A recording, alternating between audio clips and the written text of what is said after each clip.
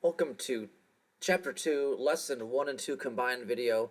Our essential question is going to be, what are the different types of transformations? And then can I translate a polygon on a coordinate plane?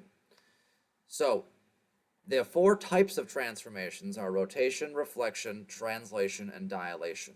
And a rotation turns the pre-image around on its axis. So I can show you like the stationary thing here. It would rotate, and the point of rotation's right there. Or I can actually do one right here. So here is my triangle. If I want to rotate it, I'm going to spin it like that. So that's a rotation. The result is that there's no change in size, but the shape is spun around. A reflection is going to be where I have a line of reflection. So this here is my line of reflection, and then it's reflecting over it. The distance from the point to the line of reflection is the same after the line of reflection. And that point, so I'm going to make this line here, this distance is the same as this distance, and it's a right angle. A translation is a slide, left, right, up, or down. So that's probably the simplest one. I take it, and I just move it left or right, and it has no change in size. It's just in a different spot. So rotation, reflection, and translation, those are all, the shape is just moved. It doesn't change size. And then a dilation is when it gets bigger or smaller. So I can do that by making it bigger or smaller. And depending on where the center of dilation is, it may move it as well. When I'm grabbing it here and making it bigger, the center of dilation is actually this corner of the blue box. Sometimes it might be right in the middle or a side right here. So whenever I have an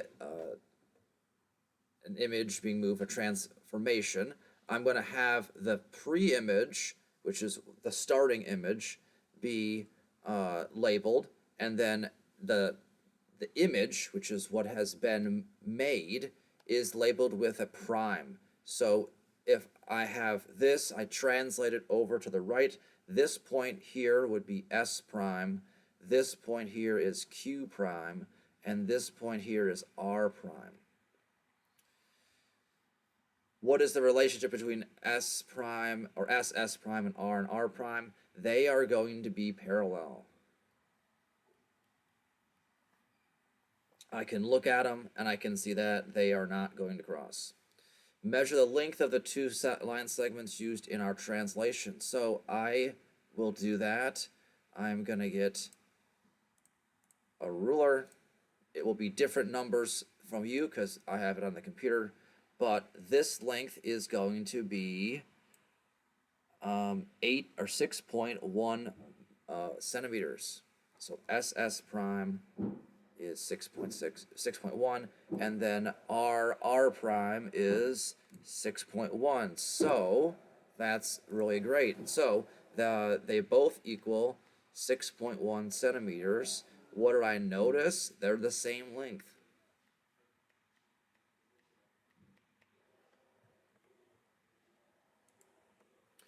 So what do we know about the distance of Q prime?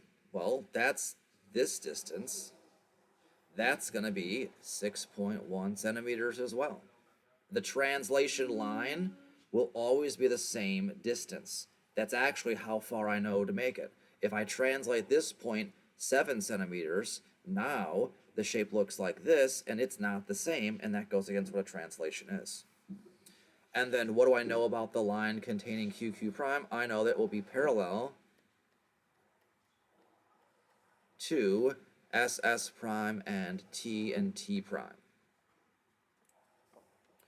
So the actual formal definition of a translation is a translation is a function, and it's always represented by a capital T, which takes as its input a set of pre-image points and output a set of image points. The pre-image points are translated a distance of AB in the direction AB. For example, you can represent a translation of point P as capital letter T, A, B, and then capital P. So this is my thing I start with. This is how far I go. That's the subscript letters, and it might be the length of a line in this case. It might be an X and Y coordinate, as I'll show you the next later on. So a translation is an example of an isometry. An isometry is a rigid motion transformation that preserves shape and size. And reflections and rotations are also isometries. So here's a worked example. I'm taking point P as my start.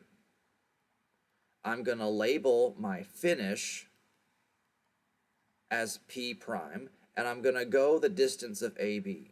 So this is the distance of A. What happened there? This is the distance of AB. I would take that distance, go here, and label my point. This other one has the distance of AC, and it's being called PP prime. So I take the distance of AC, translate that distance up here, and then label it as PP prime. This is one that it was going to be very similar to your Delta Math. I took it right off Delta Math. The directions would be T for translation, and then this is going to be my direction of my X and then Y value, and what I'm doing is I'm translating the triangle. So I'm going to take my point here, and I'm going to go left 6, 1, 2, 3, 4, 5, 6, and up 1, and that is my point. Then I'm going to go here, left 6, 1, 2, 3, 4, 5, 6, and up 1. That's that point translated. And this final point, 1, 2, 3, 4, 5, 6, and up 1, and that is my point. Then I can connect my points. And the shape should look exactly like the other one. And I can go over here, since it's on the computer, and I can see, oh yeah, it did go, it looks exactly like it, and it goes left 6 and up 1. So remember, your lesson essential question is, what are the different types of transformations? So that's your reflection, rotation, translation, and dilation. And can I translate a polygon on a coordinate plane? To help you answer these questions, you're going to do Delta Math 2, 1, and 2, and you have 3 lesson workspaces of Mathia, and then you'll do the lesson essential question check-in with me, and you'll be all set on this lesson.